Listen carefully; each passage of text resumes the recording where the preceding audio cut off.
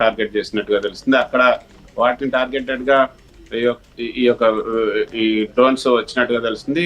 తర్వాత అవంతిపుర దగ్గర కూడా అవంతిపుర ఎయిర్ బేస్ ను కూడా టార్గెట్ చేశారు. కాశ్మీర్ ఏదైతే శ్రీనగర్ దగ్గర కూడా ఈ రోజు ఈ డ్రోన్లు వచ్చాయి. అంటే కొత్త ప్లేస్లు నౌషారా, అదేవిధంగా కుప్వారా, తర్వాత పఠాన్కోట్, పోఖ్రాన్, నౌగాం, పూంచ్, అదేవిధంగా మిగతా ప్రాంతాల్లో సౌత్ కాశ్మీర్, తర్వాత మిగతా కొన్ని శ్రీనగర్ ఎయిర్పోర్ట్ దగ్గర కూడా కొంత ఈ యొక్క పేలుల శబ్దాలు విన్నట్లుగా సమాచారం అవుతుంది. అయితే ఇప్పటికిప్పుడే అంటే ఎంత డ్యామేజ్ జరిగింది, ఎన్ని డ్రోన్స్ వచ్చాయి అన్నది ఇప్పుడిప్పుడే సమాచారం వస్తుంది. దానికి సంబంధించి కీలకమైనటువంటి సమాచారం అంటే బాంబు అక్కడి నుంచి రావటం ఆగిపోయింది అన్న తర్వాత ప్రధాని నివాసంలో ఈ సమావేశం కూడా ముగిసింది. ప్రధాని నివాసంలో కొద్దిసేపు క్రితమే కీలకమైనటువంటి సమావేశం జరిగింది. ఆ సమావేశంలో కొన్ని కీలకమైన నిర్ణయాలు కూడా తీసుకున్నట్లుగా మనకి అందుతున్నటువంటి సమాచారం. ఈ సమావేశానికి రక్షణ శాఖ మంత్రి రాజ్నాథ్ సింగ్ తో పాటు జాతీయ భద్రతా సలహాదారు అజిత్ డోవల్, అదేవిధంగా chief of defence staff general Anil Chauhan, సాయుధ దళాలకు సంబంధించినటువంటి ముఖ్య అధికారులు, తర్వాత ఉన్నతాధికారులు వీళ్ళంతా కూడా హాజరయ్యారు.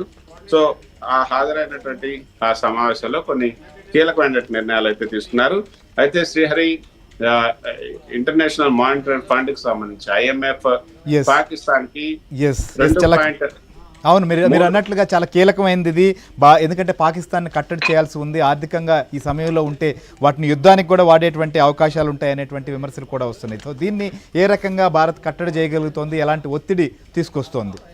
ఇప్పుడే ఒక ప్రెస్ రిలీజ్ కూడా ఇటు భారత ప్రభుత్వం విడుదల చేసింది.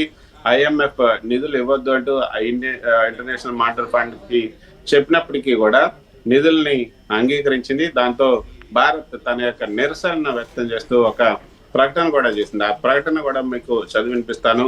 ఈ ప్రకటనలో చాలా అంశాలు అంటే అంతర్జాతీయ ద్రవ్య నిధి ఏదైతే IMF ఉందో ఈ రోజు పాకిస్తాన్ కి సంబంధించి $1 బిలియన్ విలువైనటువంటి ఎక్స్టెండెడ్ ఫండ్ ఫెసిలిటీ అంటే EFF అనేది ఎక్స్టెండెడ్ ఫండ్ ఫెసిలిటీ, దానికి $1 బిలియన్, అదేవిధంగా resilience and sustainability facility RSF దీని కింద $1.3 బిలియన్ ఈ విధంగా రుణాలని ఇచ్చారు.